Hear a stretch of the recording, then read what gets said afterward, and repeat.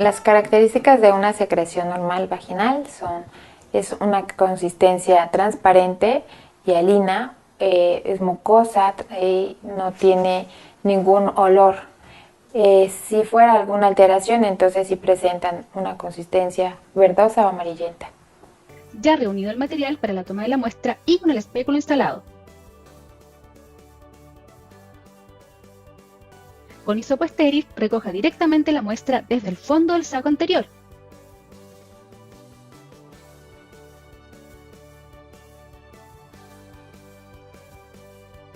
Haciendo rotación por 5 segundos para absorción del flujo, o desde el fondo del saco posterior, haciendo rotación por 5 segundos para absorción del flujo, dependiendo de la norma del establecimiento de salud. Retire hisopo estéril, con cuidado de no contaminar la muestra, y deposítelo al interior del tubo con medio de transporte Stuart rotulado. Retire espéculo cuidadosamente y elimínelo en tacho correspondiente.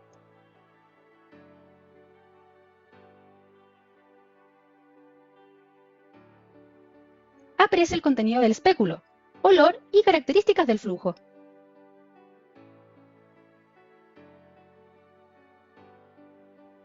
Realice retiro de guantes de procedimiento.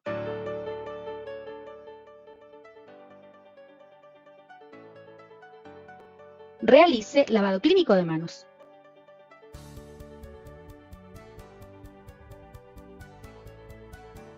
Registre el procedimiento.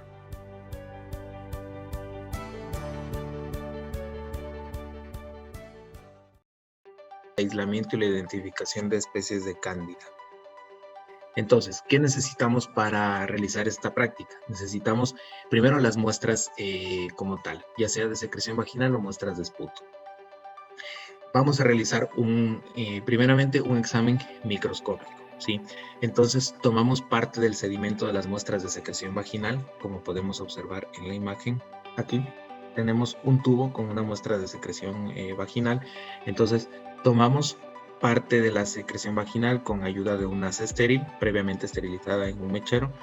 Se introduce en la muestra de secreción vaginal, introducimos el asa y a continuación depositamos la cantidad que hayamos tomado con el asa en un portaobjetos para hacer un fresco, ¿sí?, con KOH al 10%. Recuerdan que durante lo que hablábamos de micología, les decíamos que cuando se debe identificar o se presume que existe una muestra fúngica, siempre se tiene que hacer un examen en fresco con KOH al 10%. Además, también hacemos el mismo procedimiento y depositamos el contenido que recolectamos con el asa, lo depositamos en otra placa portaobjetos para realizar un frotis y tinción mediante la técnica de Gram. Entonces, esto lo hacemos con todas las muestras que tengamos. Por ejemplo, en este caso es un ejemplo de una práctica con muestras de secreción vaginal y muestras de esputo, ¿no? Obviamente, después de hacer el examen microscópico, nos vamos de montar las placas, tanto el fresco con KOH como el frotis que vamos a tener con tinción Gram, nos vamos al microscopio para hacer la observación.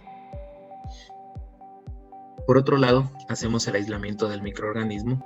Esto consiste en inocular placas con agar glucosado desaborado, es decir, a partir de la muestra de secreción vaginal, tomamos de la muestra e inoculamos en un agar desaborado. Incubamos durante 24 horas a 37 grados centígrados. Una vez transcurrido este tiempo, evaluamos las características macroscópicas de las colonias, así como la tinción de Gram. Es decir, una vez que ha crecido colonias en el agar desaborado, tomamos una de esas colonias y hacemos una tinción de Gram de la colonia.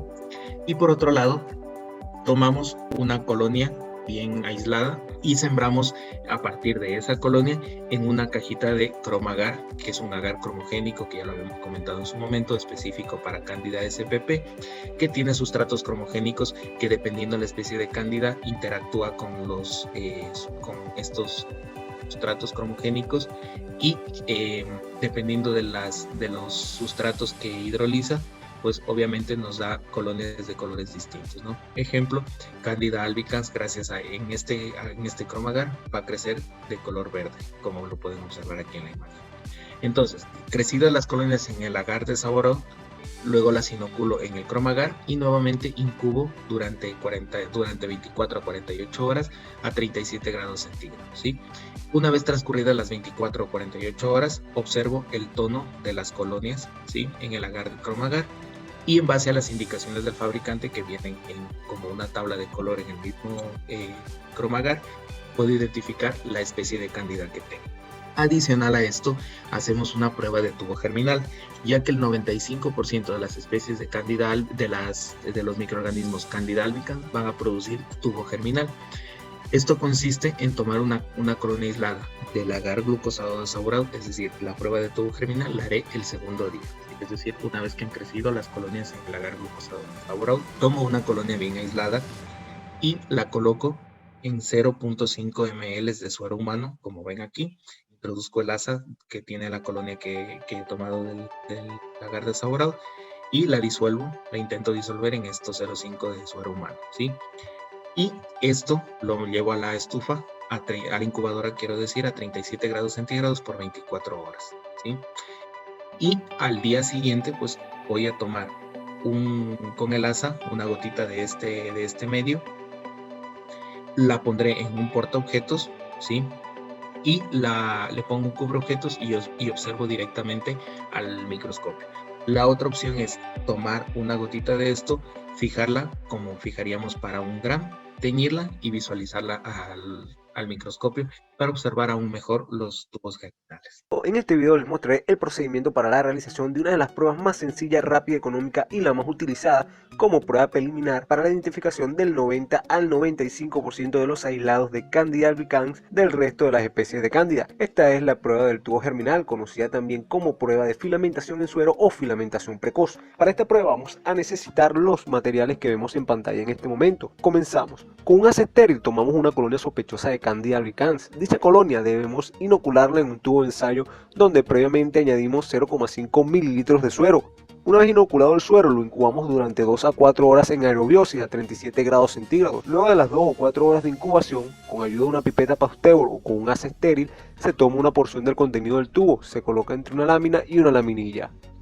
En este punto solo queda la observación al microscopio con los objetivos de 10 y 40X. La Candida albicans forma una pequeña prolongación filamentosa proveniente de la célula levaduriforme, sin constricción en el punto de origen, semejante a un espejo en la mano, cuyo espesor puede medir alrededor de la mitad del diámetro de la levadura y tener una longitud 3 o 4 veces mayor de dicho diámetro. Esta formación constituye el llamado tubo germinal, como podemos ver en pantalla en este momento, señalado con las flechas azules, lo que significa que esta preparación se considera positiva para Candida albicans. Sin embargo, esta prueba tiene como desventaja que entre un 5 y un 10% de los aislamientos de Candida albicans no producen tubo germinal, es decir, puede dar falsos negativos. Las infecciones provocadas por este hongo, Candida albicans, son muy frecuentes en las unidades de cuidados intensivos y representan un importante reto en pacientes críticos. Hoy en día, el diagnóstico de dichas infecciones oscila entre los 3 o 4 días. Con este diminuto film, la detección es mucho más rápida.